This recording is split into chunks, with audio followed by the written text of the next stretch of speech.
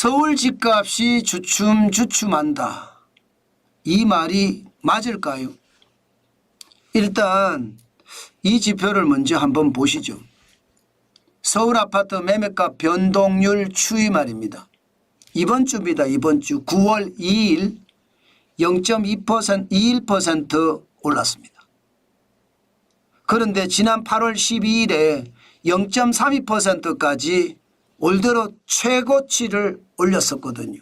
그때 이후로 8월 19일 주에는 0.28%, 8월 26일 주에는 0.26%, 그리고 이번 주에는 0.21%. 주춤주춤하고 떨어지고 있는 모양새 분명히 보이고 있죠. 그러면 이 말이 맞아. 서울 집값 주춤주춤한단 말, 이 말이 맞아. 이 말이 맞습니다. 그만큼 말입니다.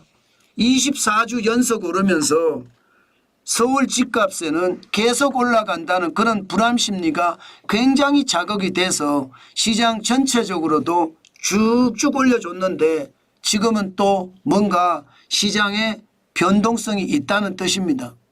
실질적으로도 말입니다. 거래량도 보면 많이 줄어들고 있어요.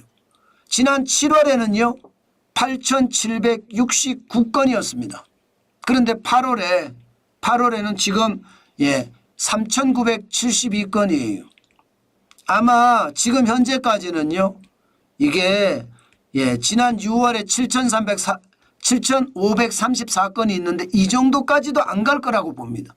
다시 말해서 서울 아파트 월별 거래량이 줄어든다는 뜻이에요.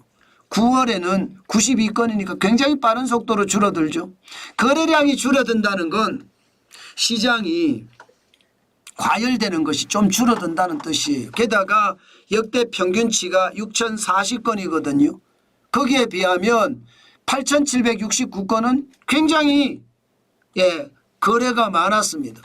그러던 것이 8월에 3,972건이 됐다는 것은 시장이 약간씩 냉각이 돼 간다. 그렇게도 봐야 되나요? 게다가 월별 평균 거래 금액도 보면 6월에 12억 4,757만 원까지 올라갔는데 7월에도 가긴 가고 있습니다.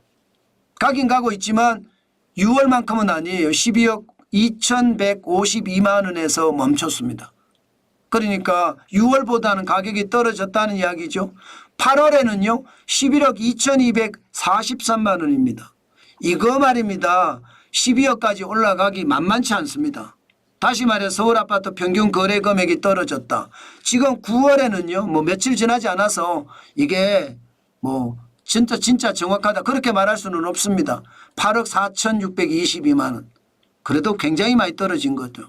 물론 이게 똘똘한 한 채 중심에서 서울 외곽으로 늘어나면서 거래 건수는 늘어나고 거래 금액은 줄어들었다 이렇게 이야기할 수도 있습니다. 그렇지만 여러분 요즘 서울에서 투자 이렇게 생각을 하면 똘똘한 한 채거든요. 돈 자랑도 할 겸 집 자랑도 할 겸 시중에 유통되는 통화량이 많으니까 연일 그런 기사들이 계속 떠오르잖아요. 그런 것을 감안을 해보면 여러분 결국은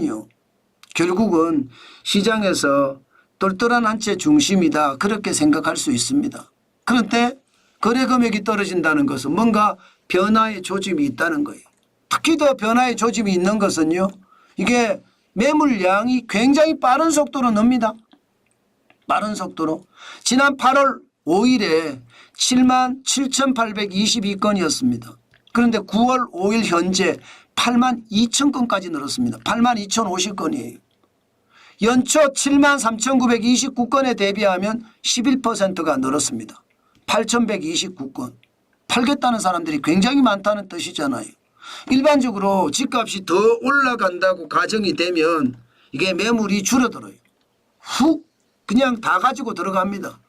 그런데 집값이 안정화되든지 아니면 우하향에 대한 기운이 있으면 이게 올라가거든요. 지금 올라가고 있는 모양새잖아요. 그러니까 서울 집값이 주춤주춤한다는 이야기가 지금 현재까지는 틀리지 않는 말이다. 그렇게 이야기할 수 있습니다. 물론 올라갈 수 있는 요소도 있습니다.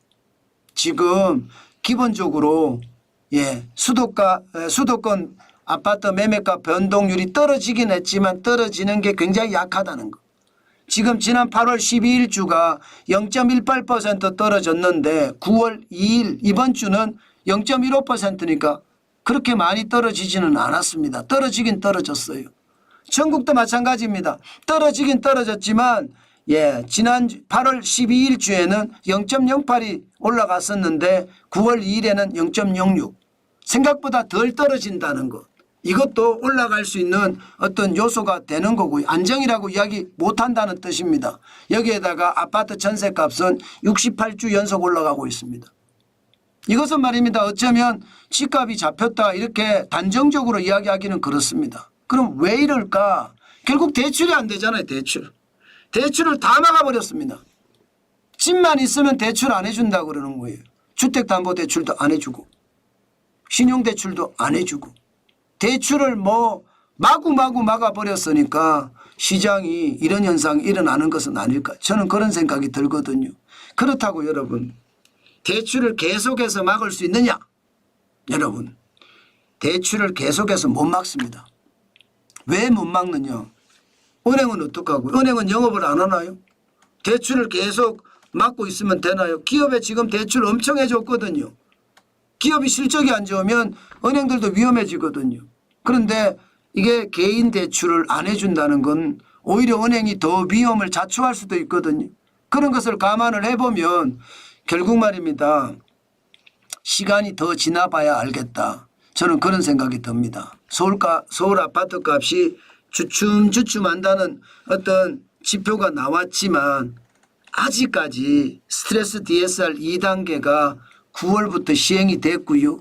대출이란 대출은 꽁꽁 묶고 신용대출까지 묶어놨으니까 시장에서는 돈이 없어서 집을 사는 사람이 줄어들었다 이렇게 이야기할 수도 있거든요. 때문에 시장은 좀 더 두고 봐야 됩니다. 지금 당장 집값이 안정이 되고 집값이 좋은 방향으로 간다 그렇게 이야기하기는 쉽지 않습니다. 현재 그런 조짐이 조금 나타난다 이 말에는 동의합니다. 그렇지만 완벽하게 이게 줄어든다 이렇게 가기는 지금 현재까지는 쉽지 않다는 거 여러분 보셨으면 좋겠습니다. 또 이럴 때 여러분 집 사지 마십시오. 집을 살 때는 시간이 기다려 줍니다. 옵니다. 저는 시간이 올 거라고 생각을 해요. 지금처럼 거품이 이렇게까지 쌓이면 결국 시장에는요. 한 번쯤 거품 붕괴가 일어날 겁니다. 그때 사도 늦지 않습니다. 지금은 열심히 일해서 현금을 쌓아가는 게 저는 가장 좋다. 그 말씀으로 말씀을 드리겠습니다. 그렇지만 여전히 말입니다. 시장에는 금리 인하라는 변수가 또 있거든요. 저는 그게 시장에 또 어떤 영향을 미칠지 이것도 봐야 돼요. 10월부터 금리 인하한다고 하잖아요. 미국이 9월에 인하하면 우리도 3.5%의 금리를 인하한다고 합니다. 이 금리 인하가 결코 반갑지만은 않아요. 물가는 잡혔다고 이야기는 하나 집값이 더 올라가는 문제가 생길 수 있으니까 옛날에는 금리 인하했으면 좋겠다 그런 생각은 했는데 참 쉽지는 않는 것 같습니다. 그래서 시장 공격적으로 보는 것도 중요하지만 차분하게 현실적으로 세밀하게 그리고 입체적으로 분석하는 게 좋겠다. 그 말씀 오늘도 강조해 드리겠습니다.